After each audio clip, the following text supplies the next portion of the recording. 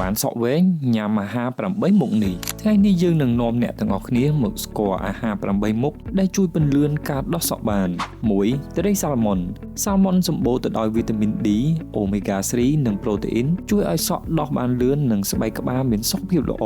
2 Oyster មូលហេតុដែលនាំឲ្យសក់ខូចមកពីកង្វះស័ង្កសី Oyster ជាអាហារសម្បូរទៅដោយជាតិស័ង្កសីជួយឲ្យសក់ដោះបានលឿននិងបន្ថែមសំណើមឲ្យសក់3គ្រាប់ផ្កាឈូករ័ត្នជាប្រភពវីតាមីន E ជួយការពារសក់ជ្រុះនិងសម្រួលដល់លំហូរឈាមនៅលើស្បែកក្បាលធ្វើឲ្យសក់ដោះលឿន4គ្រាប់អាល់ម៉ុនខ្លាញ់របស់គ្រាប់អាល់ម៉ុនជួយបំប៉នសក់ធ្វើឲ្យសក់ទន់ជាងមុននិងរលោងជាងមុន5ដំឡូងសម្បូរទៅដោយជាតិបេតាការ៉ូទីនដែលរាងកាយយើងនឹងបំលែងវាទៅជាវីតាមីន A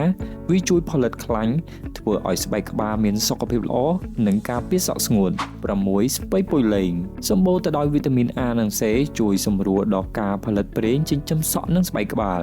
7ផ្លែបឺផ្លែនេះសម្បូរទៅដោយវីតាមីន B និង E ដែលជួយពង្រឹងសុខភាពស្បែកក្បាលការពារសក់ជ្រុះនិងសក់បែកចង់8ម្ទេសផ្លោកពណ៌លឿងបន្លែមួយមុខនេះសម្បូរវីតាមីន C ជាងផ្លែក្រូច5ដងវីតាមីន C ជាសារធាតុប្រឆាំងអុកស៊ីតកម្មដែលជួយប្រឆាំងភាពចាស់នៃស្បែកថែមទាំងជួយពង្រឹងសរសៃសក់ការពារសក់ស្ងួតនិងសក់ខូចទៀតផង